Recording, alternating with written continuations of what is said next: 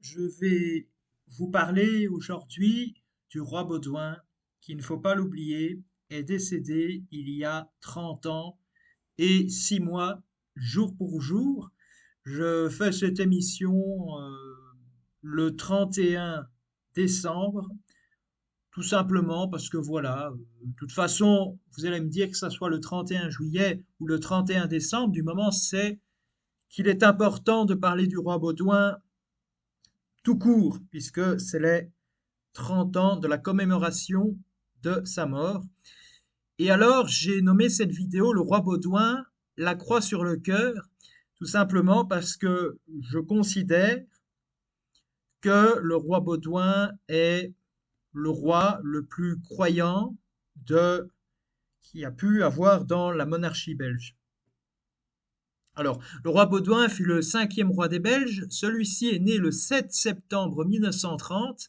Ses parents sont le roi Léopold III et la reine Astrid. Il perdra rapidement sa mère alors qu'il n'allait avoir que 5 ans. Celle-ci est décédée dans un accident de voiture en Suisse le 29 août 1935. Cet événement marqua probablement la religiosité très affirmée chez le roi Baudouin. Il est le premier roi véritablement catholique. Cela lui a permis notamment de braver une autre épreuve que fut le passage de flambeau entre son père et lui suite à la question royale, mais sa vision catholique était celle que préconisait Vatican II. Il a un frère, le prince Albert, et une sœur aînée, la princesse Joséphine Charlotte. Durant la Seconde Guerre mondiale, il sera avec sa famille en exil avant de se faire déporter en Allemagne, puis heureusement l'armée américaine est venue les libérer. Par la suite, dans les années qui suivirent, il alla faire ses études à Genève. En revenant en Belgique, le roi Léopold III en 1950 délégua, grâce à une loi spéciale, ses pouvoirs au prince Baudouin, et puis en 1951, il prêta serment pour devenir roi.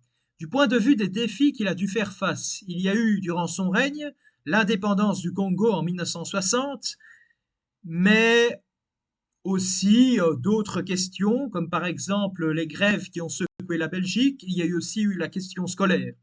Alors concernant l'indépendance du Congo, alors le roi Baudouin, euh,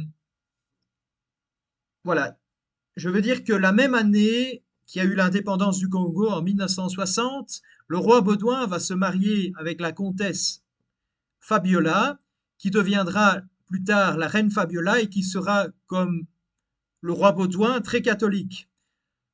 Alors, en 1960, il va se rendre au Congo et il va prononcer un discours à l'occasion de son indépendance.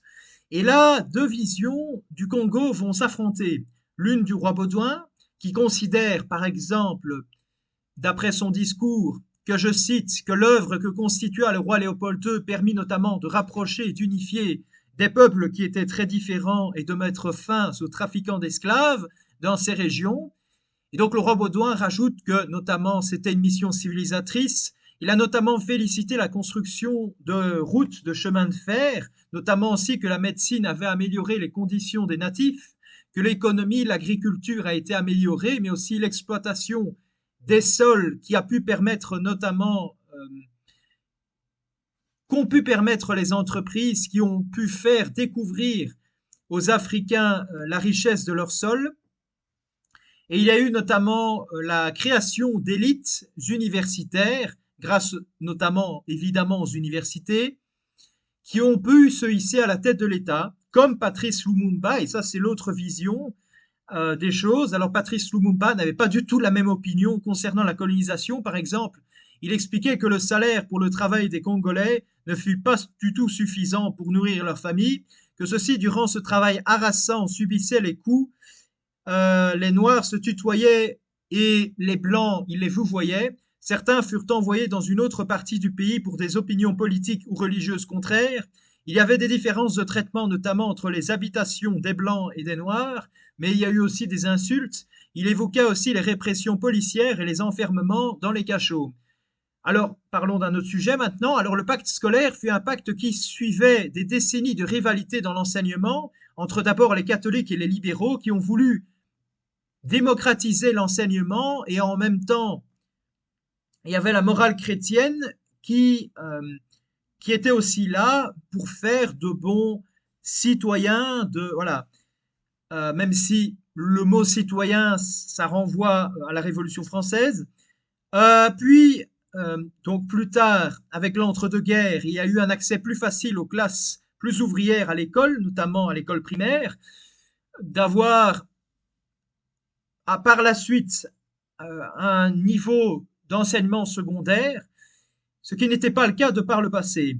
Mais n'empêche, ce sont toujours les plus doués qui sont choisis. Par contre, après la Seconde Guerre mondiale, il y a eu l'élévation générale du niveau de vie grâce au boom économique. L'État va prendre beaucoup plus en main l'enseignement. Il y aura un accès encore plus grand à l'enseignement, rendant celui-ci obligatoire jusqu'à 14 ans. Euh, En 1958, le pacte scolaire fixe la gratuité de l'enseignement, plus seulement réservé aux primaires, mais aussi aux secondaires. Désormais, les filières techniques, professionnelles et générales sont fixées en secondaire, sur base notamment des échecs des étudiants. Cet accord sera fait entre les trois principaux partis politiques, le Parti ouvrier belge, le Parti catholique et le Parti libéral, pour mettre fin à la seconde guerre scolaire entre écoles de l'État laïque et écoles confessionnelles catholiques privées. Nous avons eu peu de temps après la scission de l'université de Louvain, qui par contre était du point de vue linguistique, mais il y avait aussi d'autres facteurs. Il y a eu déjà au niveau des élèves qui accédaient, donc il y avait des élèves qui accédaient beaucoup plus à l'université qu'auparavant, donc passant de 22 000 à 45 000, donc de 1954 à 1955, jusqu'en 1965-1966, donc en une décennie, il y a quasiment eu le double des élèves en Belgique. Et il faut savoir aussi qu'à Louvain, il y avait eu 40% des élèves universitaires de Belgique oui, où ils y résidaient, parce qu'évidemment, il y avait aussi comment dire, des campus universitaires. Euh, et donc, euh, comme j'ai pu l'évoquer plus tôt, avec le pacte scolaire, il y a une démocratisation de l'enseignement, mais pour autant, il y a un retard au niveau de la recherche scientifique et moins d'étudiants francophones. Donc il y a eu moins d'étudiants francophones que néerlandophones, malgré la venue d'étudiants francophones étrangers. Avec la réforme linguistique notamment, il y a eu des tensions linguistiques, ce qui est logique, entre flamand et wallon. Et donc, ce qui s'est passé, c'est qu'il y a eu la frontière qui fut créée entre la Flandre et la Wallonie. Il y a eu la création de deux sections de l'université avec leurs doyens respectifs, mais aussi avec un budget, ce qui va créer des émeutes. C'est finalement en 1970 que l'université de Louvain-la-Neuve sera créée. Au début des années 60, il y eut des grèves très importantes en Belgique, plus précisément en Wallonie. Suite à la perte du Congo, il y aura des mesures qui vont être prises par le gouvernement en place de Eskens. Cette loi unique va tout simplement démanteler les acquis sociaux des travailleurs. Cela va entraîner des sabotages, des insurrections violentes et les protestataires réclamaient que c'était les détenteurs de capital qui devraient mettre en fait la main au portefeuille. La situation sera tellement grave que l'armée sera rappelée d'Allemagne pour aller protéger les points stratégiques. La Belgique fera face à trois réformes de l'État. En 1970, il y a une première réforme de l'État qui va mettre en place ces trois communautés culturelles, mais aussi de régions, qui ont leurs compétences plus axées au niveau de l'économie, tandis que les communautés culturelles sont plus axées, évidemment, sur la culture. Ce qui est très logique quand on y pense. En 1980, il y a eu la seconde réforme de l'État qui va ajouter de nouvelles prérogatives aux communautés, comme la santé ou l'aide sociale, et celles-ci vont se doter d'un parlement et d'un gouvernement, de même que la région wallonne et flamande, sauf que celles-ci, au lieu ont un conseil au lieu d'un parlement. En Flandre, le gouvernement et le conseil, et il y a un et le Parlement flamand de la communauté et de la région ont fusionné, donnant un seul Parlement et gouvernement pour l'ensemble de la région. En 1989, c'est la troisième réforme de l'État qui renforce les régions et les communautés en leur donnant encore plus de compétences. Et la région de Bruxelles-Capitale est fondée et crée un conseil et, et un gouvernement. Finalement, en 1993, c'est la quatrième réforme de l'État qui fait que l'État belge devient officiellement un État fédéral. La Belgique change sa constitution et les différentes strates de l'État se dotent de toutes leurs compétences. Le roi, avec toute sa générosité, créera la fondation Roi Baudouin, aidant les personnes dans le besoin. Ça se fut notamment au début de son règne. Le roi Baudouin a aussi montré sa foi, car notamment sa femme ne pouvait pas avoir d'enfant, et puisqu'il était très catholique, il refusa catégoriquement la GPA, qui était encore à un stade expérimental à l'époque. Le roi, en 1990, concernant la loi sur l'avortement, avec un courage exemplaire, il refusa de confirmer la loi sur l'avortement et fut donc dans l'impossibilité de régner. Les différents premiers ministres durant les moments de son règne ont été, lors de sa prestation de serment, Joseph Follin du Parti catholique. Durant le pacte scolaire, ce fut Achille Van Acker du Parti ouvrier belge. Durant l'indépendance du Congo et des grèves, et aussi durant l'affaire de Louvain, ce fut Gaston Eskens du Parti catholique. Il y eut Wilfried Martens durant la loi sur l'avortement du parti CVP et Jean-Luc Dehaene aussi du parti CVP durant la mort du roi Baudouin. Et donc, la mort du roi Baudouin, ce fut le 31 juillet 1993, lorsqu'il était avec sa femme en vacances à Modril, dans sa résidence en Espagne. Et il y a eu des centaines de milliers de personnes qui sont venues se recueillir. Notamment, ils ont été au Palais Royal, près de sa dépouille, témoignant du réel amour du peuple belge pour son roi. Et je terminerai par une citation du roi Baudouin concernant sa position en ce qui concerne l'avortement. Serait-il normal que je sois le seul citoyen belge à être forcé d'agir contre sa conscience dans un domaine essentiel? La liberté de conscience vaut-elle pour tous, sauf pour le roi? Maintenant, je vais vous parler des sources que j'ai utilisées. Brève introduction. Pointdevue.fr. Roi Baudouin des Belges. Roi des Belges 1950 à 1993. Pointdevue.fr. Événements importants de sa vie. Famille royale. Le roi Baudouin. Monarchie.be. Visionné le 30 décembre 2023.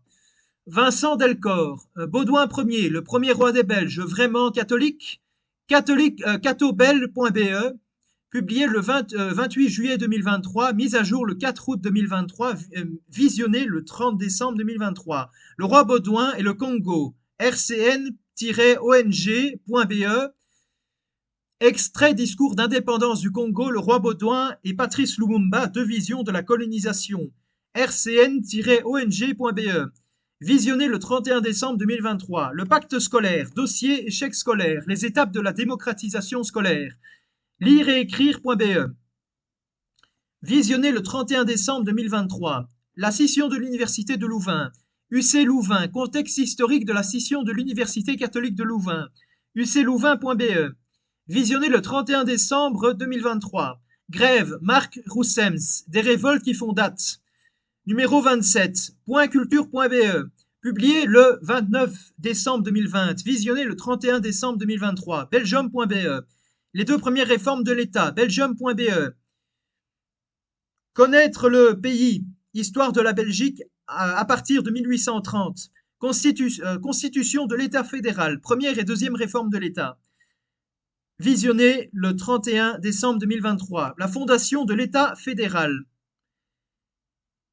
Et la troisième et la quatrième réforme de l'État, belgium.be. Et les troisième et quatrième réformes de l'État, belgium.be.